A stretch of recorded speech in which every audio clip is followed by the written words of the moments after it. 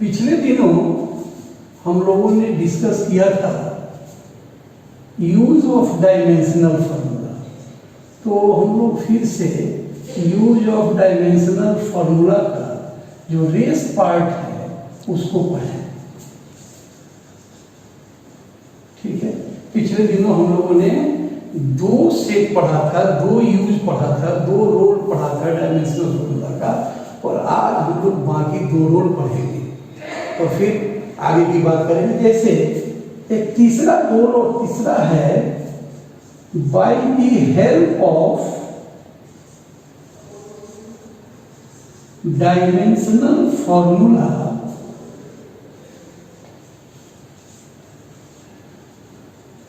we can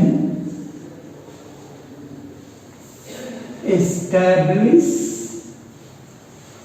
any physical equation। ये relation, इस बात को सबसे पहले हमें ये जानना है कि डायमेंशनल फार्मूला की मदद से कैसे हम लोग किसी भी फिजिक्स के रिलेशन को, किसी भी फिजिकल इक्वेशन को कैसे निकाल सकते हैं, कैसे एस्टेब्लिश कर सकते हैं। जैसे इसका एग्जांपल देखिए, जैसे मान लीजिए पूछता हो, ये हमारे पास एक क्वेश्चन है जिससे हम लोग इसको आराम से समझ जाएंगे। Establish the equation, the formula for time period of a simple pendulum where it depends upon length, acceleration due to gravity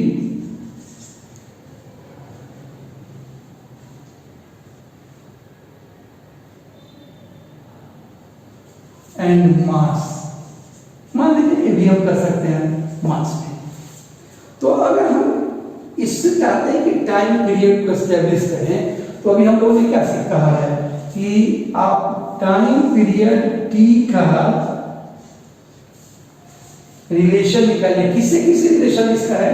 तो इसका रिलेशन है लेंथ पर, मास पर और एक्सेलरेशन ड्यू टू ग्रेविटी पर।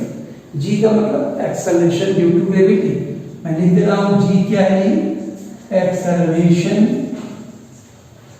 Due to gravity. आप लोगों ने इसको पढ़ा है, इसमें कहीं दुमत बात नहीं है, क्लास 9 में आपने पढ़ा है। अब यहाँ हम देख रहे हैं कि टी की डिपेंडेंसी किस पर है? लेंथ पर है, मास पर है, एक्सेलरेशन ड्यू टू ग्रेविटी पर है। तो अब हम ये चाहते हैं निकालना इसका एक्चुअल रिलेशन क्या होगा। तो ये प्रोपोर्शनल साइन संबंध को बता रहा है, रिलेशन को बता रहा है। तो हम इसको लिख सकते हैं T इक्वल्स के एम एल जी। इसका पावर ए मान लीजिए, इसका बी मान लीजिए, इसका पावर सी मान लीजिए। मतलब ये कैसे रिलेटेड है? ऊपर है, नीचे है, स्क्वायर है, पावर है, इसका क्या पावर्स है, इसके बारे में हम लोग निकालना चाहते हैं, एबीसी का वैल्यू निकालना चाहते हैं। और यहाँ क्या लिखिएगा? Where K proportional constant A, B and C क्या है जी? Are powers of M, L and G respectively. चलिए, आपने ये सब बात लिख दिया, इसको इक्वेशन 1 मान लिया। अब हमें क्या करना है? तो अब हमें इसको बिठा देता हूं मैं, इसकी जरूरत अब नहीं है, आप ये लिख चुके होंगे। अब यहाँ आइए, फिर बाद में इसको नोट करते चलिए पॉज करके, और फिर देखिए कैसे हम इसको करेंगे। क्या करें? ये क्वांटिटी इसके बराबर है, इसका मतलब जो डायमेंशनल फार्मूला इसका होगा सेम डायमेंशनल फार्मूला इसका होगा। तो हम लिखते हैं, इसको कैसे लिखें? Writing dimensional formula on both sides we get. क्या गेट करेंगे भैया? क्या पाएंगे? इस टी का डायमेंशनल फॉर्मूला क्या होगा? तो टी का डायमेंशनल फॉर्मूला होगा m0 l0 t। के का क्या डायमेंशनल फॉर्मूला हो? कुछ मालूम नहीं हमको, कि तो कांस्टेंट क्वांटिटी है, इसका डायमेंशनल फॉर्मूला नहीं होगा। m का डायमेंशनल फॉर्मूला a, l का डायमेंशनल फॉर्मूला b और g का डायमेंशनल फॉर्मूला होता है, एक्सेलरेशन है ना, lt - 2c। g क्या है? एक्सेलरेशन ड्यू टू ग्रेविटी है, तो ये एक्सेलरेशन है। अब इसमें एक बार आप सोल्व करके देखिए, m0 l0 t ma, l का पावर b और l का पावर c, तो l का पावर b प्लस c और t का पावर -2c। चलिए हम लोगों ने इन सारी बातों को कर दी। अब सोचिए थोड़ा और आगे हम लोग आ सकते हैं। क्या आएगा? तो आप इक्वेट कीजिए, equating the powers of m l and t we get. क्या गेट करेंगे? तो a का पावर हो जाएगा 0, यहाँ पावर a है, यहाँ पावर 0 है। लिख भी देते हैं फ्रॉम प्रिंसिपल ऑफ, या आप जानते होंगे, प्रिंसिपल ऑफ होमोजेनिटी। आपको अगर नहीं समझ में आ रहा हो तो क्लास 9 का दिमाग में लाइए तो आपको समझ में आ जाएगा। जैसे मान लीजिए 2 का पावर x है और 2 का पावर 9 है, ये बराबर है, तो x का पावर क्या होगा? सिंपल बात है, x का पावर भी 9 होगा। आपने सही कहा, x का पावर क्या होगा? 9 होगा। तो उसी तरह से इधर m का पावर ये है, इधर m का पावर 0 है, तो क्या होगा? a का वैल्यू क्या होगा? 0 होगा। ठीक इसी तरह से b प्लस c का वैल्यू क्या होगा? 0 होगा और -2c का वैल्यू क्या होगा? 1 होगा। यहाँ से c डिड्यूस करोगे तो कितना होगा? 1/2। और अगर यहाँ 1/2 लिखो तो b का वैल्यू क्या होगा? 1/2। अब तो आपको सारे वैल्यू मालूम हो गए, मतलब a का वैल्यू भी मालूम हो गया, b का वैल्यू भी मालूम हो गया और c का। अब तो इक्वेशन 1 में आप रख सकते हैं, रखिए। रखा हमने, क्या लिखा? Putting the value of a b and c in equation कौन सा? In equation 1। तो इस इक्वेशन में आप क्या पाएंगे? सो बताइए। यहाँ लिख दिए t, k का तो कुछ है नहीं भैया, m का पावर a, m का पावर a है 0 तो 0 रख दिए, l का पावर क्या है? b, तो l का पावर b है 1/2, g का पावर कितना है? c, तो g का पावर -1/2। अब तो और आसान हो गया, k l का पावर 1/2, g का पावर 1/2। अब क्या होगा? k √√l/g। अब k का वैल्यू डायमेंशनल फॉर्मूला से पता नहीं होगा। फ्रॉम रिलेशन k = 2π, तब हम लिख सकते हैं यहां से कि t का वैल्यू हो जाएगा 2π√√l/g। ये रिक्वायर्ड रिलेशन है, दिस इज रिक्वायर्ड रिलेशन। और इस तरह से हम टाइम पीरियड किसका निकाल दिए? सिंपल पेंडुलम का। इसको नोट कर लें, पॉज करके नोट कर लें। ये दूसरा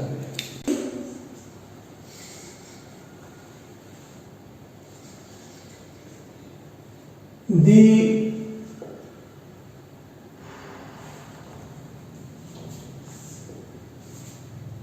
energy radiated from any source is depending upon mass and speed, then establish the relation for energy। अब इसको आप देखिए क्या करेंगे। चलिए फिर यहाँ एनर्जी हमारी शॉर्ट ये जो हमने क्वेश्चन दिया है ये सिंपल वे में मैंने कुछ और विशेष ज्यादा इसमें लैंग्वेज नहीं पुट किया है, सीधा सिंपल बात हमने पूछा जो अभी मैंने आपको बताया। तो हम क्या लिखेंगे, इसको सॉल्यूशन करेंगे तो क्या करेंगे, एनर्जी किस पर डिपेंड कर रही है, देखिए लिखा हुआ है मास और स्पीड। तो मान लीजिए मास m और स्पीड रेडिएशन का c, ठीक है, इस पर डिपेंड करेगा। तो इसको आप एक बार और लिख सकते हैं E = k m का पावर a c का पावर b। ये दूसरा पॉइंट मैंने बताया था कि आप ऐसा लिखें, पहले तो ये लिखें उसके बाद यहाँ आ जाए। अब आइए, आपने कहा था डायमेंशनल फॉर्मूला लिखेंगे हम दोनों तरफ, लिखिए writing dimensional formula on both sides. E = क्या हो जाएगा, एनर्जी का क्या होता है ml² t - 2, याद कीजिए, याद है आपको, k का तो कुछ होगा नहीं, m का है a, c का क्या होता है Lt - 1, स्पीड है ना b। अब आप इजीली कर लेंगे, इसको कैसे करेंगे फिर एक बार लिखिए इसको, ml 2t - 2, यहाँ क्या लिखेंगे m का पावर a lb t का पावर -b। अब फिर क्या करेंगे, पावर इक्वेट करेंगे, तो लिख देते हैं इक्वेटिंग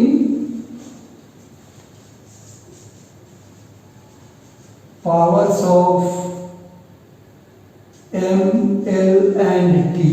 तो आप यहाँ क्या देखेंगे, देखिए m l t के बारे में सोच रहे हैं, तो a का पावर क्या होगा 1, b का पावर क्या होगा 2, -b का पावर क्या होगा -2, मतलब b का पावर 2 हो गया।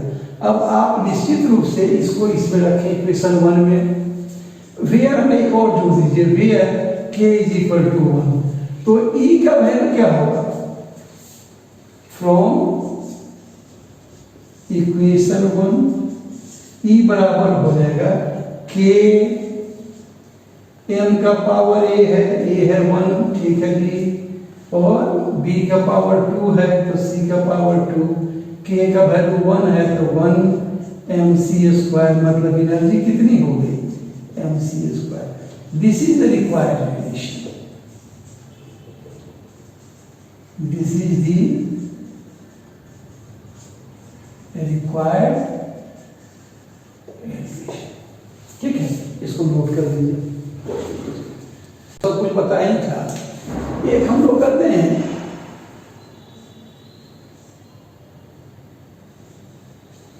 Limits of dimensional formula. ये जानना जरूरी, हमें लगता है कि ये जानना इसलिए जरूरी है, वैसे आप लिख लिए हैं तो आपको सब मालूम है, पिछले क्लास में मैंने सब डिस्कस किया भी था, लेकिन फिर भी कुछ जानना जरूरी है। जैसे पहला हम कहते हैं the dimensional formula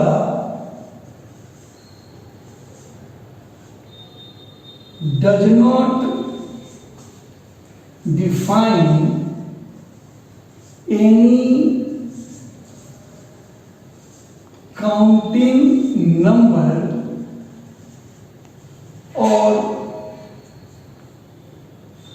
non-variable constant। कोई non-variable constant जो है उसका ये उसको डिफाइन नहीं करता, वैसे प्लांक्स कांस्टेंट वगैरह को नहीं कहें। तो जो काउंटिंग नंबर्स हैं हम इसी पर अगर फोकस करें तो कह सकते हैं कि काउंटिंग नंबर का कोई डायमेंशनल फॉर्मूला नहीं होगा। जैसे 5 का क्या डायमेंशनल फॉर्मूला होगा, कुछ नहीं होगा। 6 का क्या होगा, कोई डायमेंशनल फॉर्मूला नहीं होगा, क्योंकि हम इस पर कोई स्केल यूज ही नहीं करेंगे। दूसरा है dimensional formula cannot define angles as well as trigonometrical functions। अगर इतना याद हो तो हमारा काम चल जाता, बाकी वो सब तो है। अब जैसे मान लीजिए कोई कहे फाइव का क्या होगा डायमेंशन फॉर्मूला, तो कुछ नहीं होगा। अगर हम कहें एंगल थीटा का क्या होगा, थीटा होता है आर्क बाई रेडियस, आप ध्यान रखिए। तो आर्क का क्या होगा, उसका भी एल होगा, रेडियस का भी एल होगा, वन डायमेंशन लेस हो जाएगा। इसलिए ये ध्यान रखना है कि हमारा डिमेरिट्स क्या है, डायमेंशनल फॉर्मूला की लिमिट्स क्या है, कितना ये कर सकता है, इससे ज़्यादा कुछ नहीं कर सकता। इसलिए इसको भी आप जरूर नोट कर लें, और तब नेक्स्ट एक लास्ट हमारा इसमें यूज है वो जान लें। By the help of dimensional formula we can find the SI unit of any physical quantity. मान लीजिए हमारे पास ये चीज है, तो हम क्या करेंगे, ये लास्ट हमारा है उसमें। अब हम लोग क्या करेंगे इसको देखिए, और बाकी दो पीछे पढ़ा चुके हैं, दो ये है। अब इसमें क्या आप देखिएगा, देखिए इसको एग्जांपल से सीखिए। मान लीजिए आपसे कोई कहे कि आप डायमेंशनल फॉर्मूला बताइए उस अननोन क्वांटिटी का जिसको आप नहीं जानते हैं, जैसे find dimensional formula of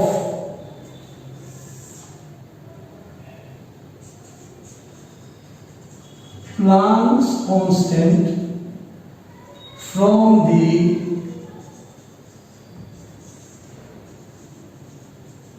given relation।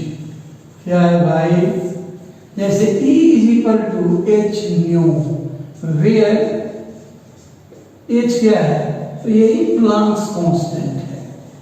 अब आप कहेंगे तो सर ये तो कांस्टेंट है, इसका डायमेंशनल फॉर्मूला नहीं होगा। मैंने कहा है कि वो ऐसे क्वांटिटी हैं जिनका कांस्टेंट है, डायमेंशनल फॉर्मूला उनका होता है, काउंटिंग नंबर्स का नहीं होता। तो इसको कैसे निकालेंगे आप, एच कट कितना होगा, ई बाई न्यू। ई का dimensional formula ml square T minus two, nu का क्या होगा टी माइनस वन। तो अब आपको साफ दिख रहा होगा ml square T minus one होगा। अब अगर इसकी यूनिट लिखे तो क्या होगा, ऐसा यूनिट हम लिखना चाहें तो क्या होगा बताइए, क्या होगा, केजी मीटर स्क्वायर पर सेकेंड। इस तरह से आप चाहें तो किसी भी फिजिकल क्वांटिटी के डायमेंशनल फॉर्मूला आप लिख सकते हैं, उस फॉर्मूला का यूज कर सकते हैं। मैंने बताया है इसके 4 लॉज हैं, चारों रूल्स हैं, चारों यूज हैं, और इस तरह से आप फिजिकल क्वांटिटी के बारे में विस्तृत जानकारी पा सकते हैं। और अगर कुछ भी ऐसा हो, अगर आपको नहीं समझ में आता हो, तो स्कूल का मेरा नंबर है, उस नंबर पर आप व्हाट्सएप करके पूछिए, बता देंगे। फिर से लिख लीजिए 8651060955। इस पर आप मैसेज करेंगे, मैं इसका जो भी आपको दिक्कत इसमें होगी, हो सकता है एरर होता है तो मैं आपको